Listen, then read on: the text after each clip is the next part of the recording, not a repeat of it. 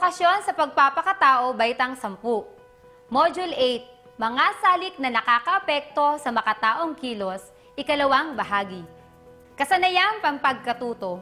Napatutunayan na nakakaapekto ang kamangmangan, masiding damdamin, takot, karahasan at ugali sa pananagutan ng tao sa kalalabasan ng kanyang mga pasya at kilos dahil maaaring mawala ang pagkukusa sa kilos. Pagkatapos ng aralin, ang mag-aaral ay inaasahang A. Napatutunayan ang mga salik na gawi at kamangmangan ay nakakaapekto sa pananagutan ng tao sa kahihinatnan ng kanyang kilos at pasya. B. Nasusuri ang mga sitwasyong apektado ng mga salik na gawi at kamangmangan, gayon din ang pananagutan sa pagsasagawa ng kilos. At letter C. Natutukoy ang kahihinatnan ng kilos at pasya na ang sanhi ay ang mga salik na kamangmangan at gawi. Hi! Magandang buhay! Kamusta? Ngayon, tayo ay nasa ikalawang bahagi na ng ating aralin ng mga salik na nakakaapekto sa makataong kilos, ang kamangmangan at gawi. Bago tayo magpatuloy, atin munang sasagutin ang paunang pagsubok upang mataya ang iyong dating kaalaman sa ating aralin. Panuto. Basahing mabuti at unawain ang mga tanong. Piliin at lagyan ng kwadrado ang pinakaangkop na sagot. Unang bilang. Si Melvin ay isang probinsyano. Lumuwas siya sa Maynila upang bumisita sa kanyang pinsan. Pagdating sa terminal ng bus, agad siyang bumaba at tumawid patungo sa sakayan sa bahay ng kanyang pinsan, nang biglang lapitan siya ng pulis dahil sa maling pagtawid. Anong salik ang nakakaapekto sa kanyang kilos? A. Gawi. B. Kamangmangan. C. Karahasan. D. Takot. At ang tamang sagot ay letter B. Kamangmangan. Sa ikalawang bilang, ang palaging pagpasok ng huli sa klase dahil sa mahabang pila sa sakayan ay isang halimbawa ng kilos na naaapektuhan ng salik na A. Gawi. B. Kamangmangan. C. Karahasan. D. Takot. At ang tamang sagot ay letter A. Gawi. Ikatlong bilang. Mula sa Kawikaan 27, versikulo 3, ang bato ay mabigat, ang buhangin ay may timbang, ngunit mas mabigat ang kaguluhang dulot ng kamangmangan. Ano ang nais ipabatid sa atin ng sinasabi sa Kawikaan? A. Ang kamangmangan ay kasalanan. B. Marapat lamang na iwasan natin ang kamangmangan. Letter C. Maraming masamang naidudulot ang kamangmangan sa tao. Letter D. Mahirap maging mangmang. At ang tamang sagot ay letter C. Maraming masamang naidudulot ang kamangmangan sa tao. At para sa ikaapat na bilang, kahit nagbibinata na, madalas mapagsabihan ng kanyang nanay si Jonard dahil nakagawian na niya ang hindi paghuhugas ng kamay bago kumain. Samantalang, alam naman niya na kailangan ito, lalo na ngayon sa panahon ng pandemya. Anong kalagayan ng kilos ni Jonard? A. Nababawasan ang kanyang pananagutan dahil sarili lamang naman niya ang naaapektuhan. Letter B. Mayroon siyang pananagutan dahil sa kanyang gulang, dapat ay alam na ni Jonard kung ano ang tama at mali. Letter C. Wala siyang pananagutan dahil wala namang madadamay na ibang tao sa kanyang kilos. Letter D. Walang kinalaman sa pananagutan sa makataong kilos ang sitwasyon ni Jonard. At ang tamang sagot ay letter B.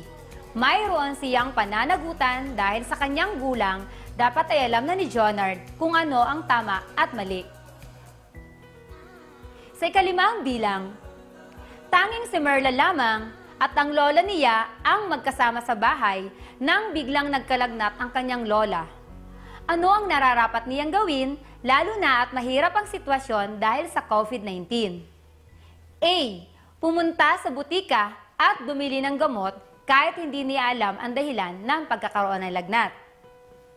Letter B, mag-post sa social media upang maipaalam sa lahat na may lagnat ang lola niya. Letter C, tumawag sa barangay upang madala agad sa ospital ang kanyang lola. Letter D, magtanong sa kapitbahay na nurse upang maisangguni kung ano ang dapat gawin kay lola. At ang tamang sagot ay letter D, magtanong sa kapitbahay na nurse upang maisangguni kung ano ang dapat gawin kay lola. Para sa ating balik-aral, kumuha ng ballpen at papel at sagutin ang sumusunod na gawain. Panuto, lagyan ng check ang pahayag kung may pananagutan ba ang nagsagawa ng kilos, at X naman kung walang pananagutan. Unang pahayag, nahampas ni Rhea ang kapatid niya sa sobrang galak nang malaman niya na may honor pala siya. May pananagutan ba si Rhea o wala? At ang tamang sagot ay check.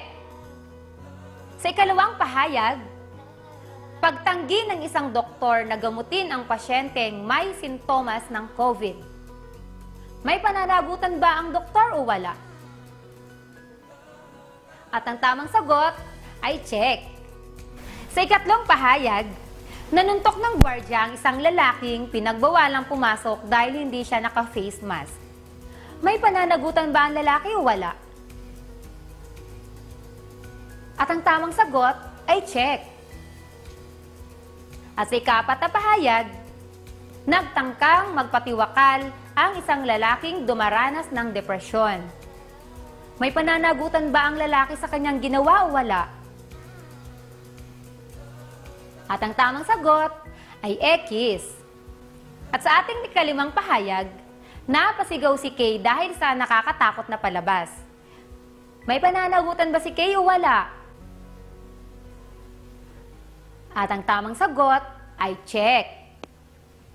At sa pagpapatuloy ng ating aralin, tatalakayin natin ang dalawa pang salik na nakakaapekto sa pananagutan ng kilos at pasya. Ito ang kamangmangan at gawi. Pero, bago tayo dumako sa ating aralin, tunghayan muna ang tagpo ng mag-iinang Aling Cora, Raymond, Boyet at sagutin ang mga tanong sa ibaba.